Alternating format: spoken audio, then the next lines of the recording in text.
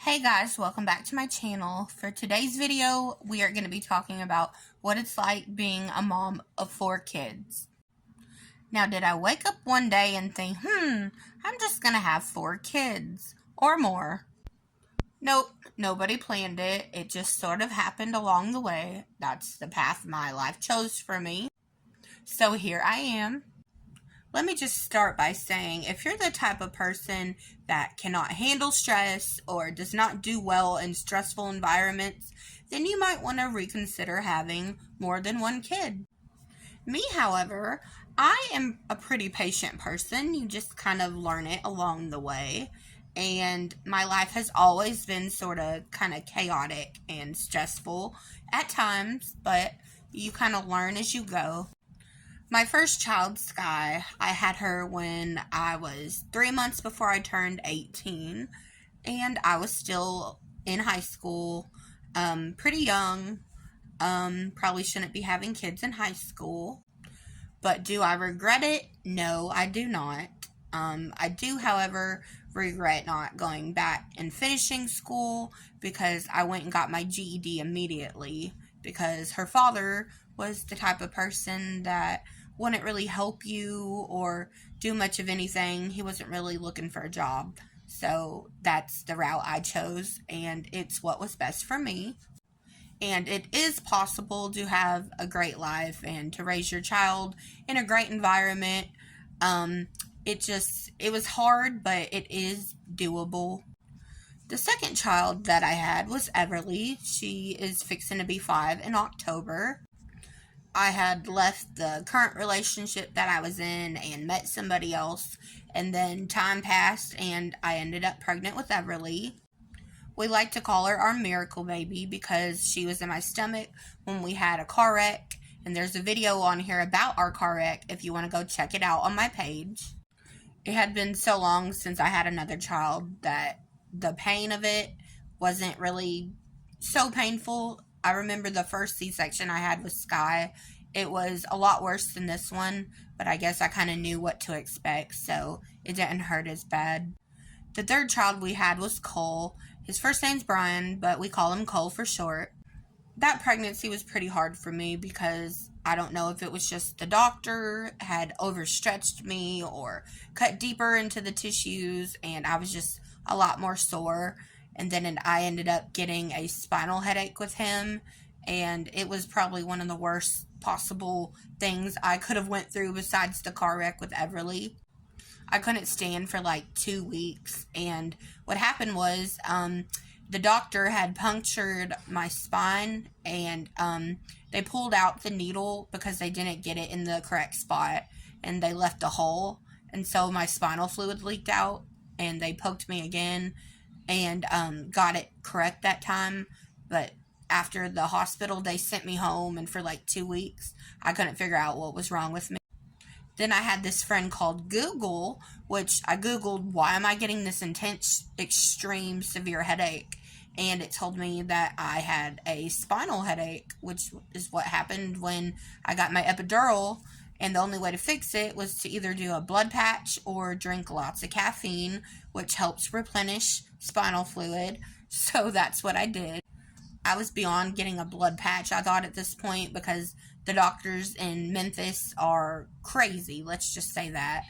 Anyways, I went and I ordered 2 large Cokes from Domino's, and I drank those, and then after a while my headache started to go away, and I cured myself, basically. Now, there's also a 5th child, but I will get to that in a minute. So, the 4th child was after Cole, and this was an unexpected pregnancy. I found out I was pregnant after, I was craving food and just really tired for no reason. And I ended up losing that child. I, somewhere along the line, quit developing at 6 weeks. But I went in for my second ultrasound to find out what the gender was, because I should have been a couple months along by that point. And they told me it didn't have a heartbeat. And so I waited 2 weeks, and then I went back to the hospital, and then they told me that it still didn't have a heartbeat, and it looked like it quit developing at 6 weeks. So that baby is currently in heaven, And so my fifth child, Carson, found out I was pregnant when we moved back to the state we're in. And then I went to the hospital. The only problem with him was the doctors were having problems injecting the epidural in my spine again. It took a long time, maybe 3 or 4 shots, and they had to hold me upside down on this gurney thing. And they finally got it in, sent me home. I would have back spasms that would like paralyze you, like it would just make you go crazy. And it would happen randomly at different times. You'd just be sitting there feeding the baby, and then all of a sudden, back spasmed where it like paralyzes you. I've never had like a stroke or anything, but I'd imagine that's what a stroke would feel like. And it was painful. It was really painful. But yeah. So I basically think that God chose me to be a mom. It's in my DNA. I love taking care of people, which is also my job because I do home health as a personal care aide. I guess you say that helping people comes naturally. Our day is hard with 4 children. Yes, every day is chaotic. You wake up, you have to make them breakfast, you have to make sure that they're dressed, have clean clothes, brush their teeth, take their baths. You have to make sure they get up and go to school and that you're there to pick them up, take them to get their shots, go to the doctor, make sure they have nice clothes.